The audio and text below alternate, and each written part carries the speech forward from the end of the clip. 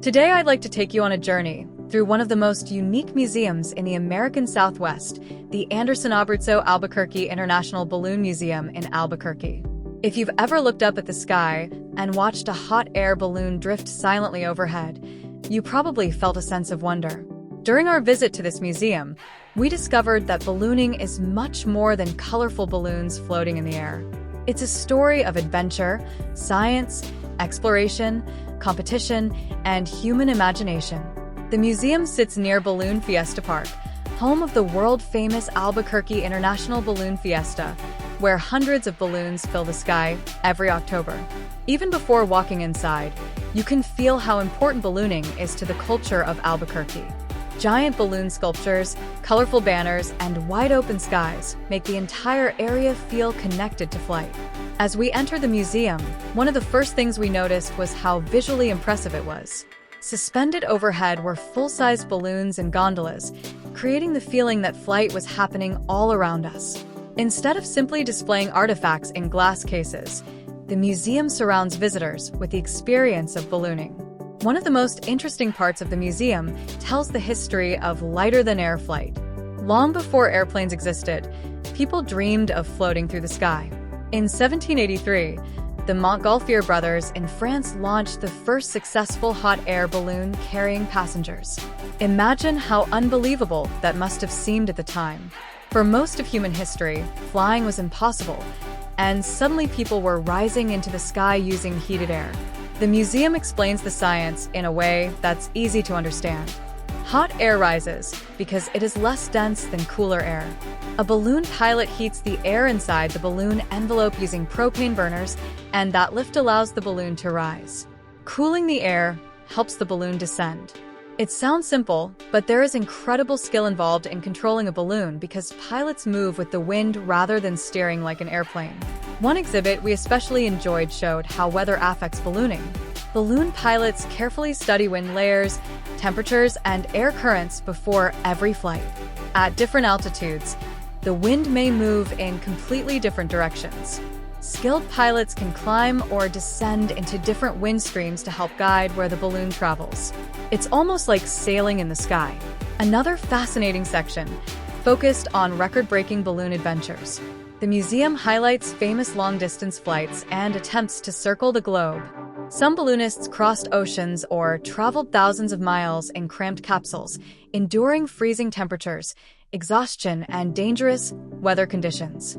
These flights required enormous courage and planning. One story that stood out was the spirit of exploration connected to ballooning. Before satellites and airplanes, balloons were used for scientific observation, photography, and military reconnaissance. During wars in the 1800s and early 1900s, observers used balloons to watch troop movements from above. Early weather scientists also used balloons to study the atmosphere long before modern forecasting technology existed. Of course, the museum also celebrates the artistry and fun of balloon festivals. One gallery displayed photographs of giant special-shaped balloons, everything from cartoon characters to animals and fantasy creations. Ballooning combines engineering with creativity. Pilots and balloon teams spend months designing these balloons, and seeing them inflated against the desert sunrise must be unforgettable. The museum does an excellent job of making the experience interactive. Visitors can try flight simulators, experiment with exhibits about lift and air pressure, and even step into mock balloon baskets for photos.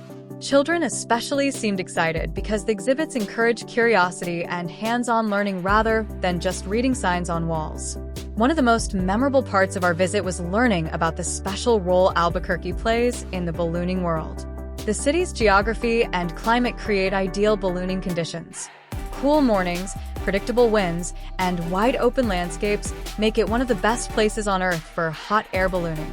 That's why the Albuquerque International Balloon Fiesta has become the largest balloon festival in the world, attracting pilots and visitors from dozens of countries. The museum also honors the pioneers who helped establish modern ballooning in New Mexico. The museum itself is named after Ben Abruzzo, Maxie Anderson, and Larry Newman, who completed the first successful transatlantic balloon flight in 1978 aboard the Double Eagle II. Their achievement captured worldwide attention and proved that ballooning was still a field of innovation and adventure even in the modern age. What surprised us most was how emotional some exhibits felt. Ballooning represents freedom, exploration, and the human desire to rise above limitations. Watching videos of mass ascensions, where hundreds of balloons launch together at sunrise, creates a feeling of excitement and peace at the same time. The silence of balloon flight, interrupted only by bursts from the burners, seems completely different from the loud speed of modern travel. Our visit also reminded us how museums can connect science and storytelling. The Balloon Museum teaches physics, weather, engineering, geography, and history, but it never feels like a classroom lecture. Instead, every exhibit connects information to real people and real adventures. For anyone planning a visit, I'd highly recommend allowing extra time to explore slowly. The museum is not huge, but there are many details worth noticing.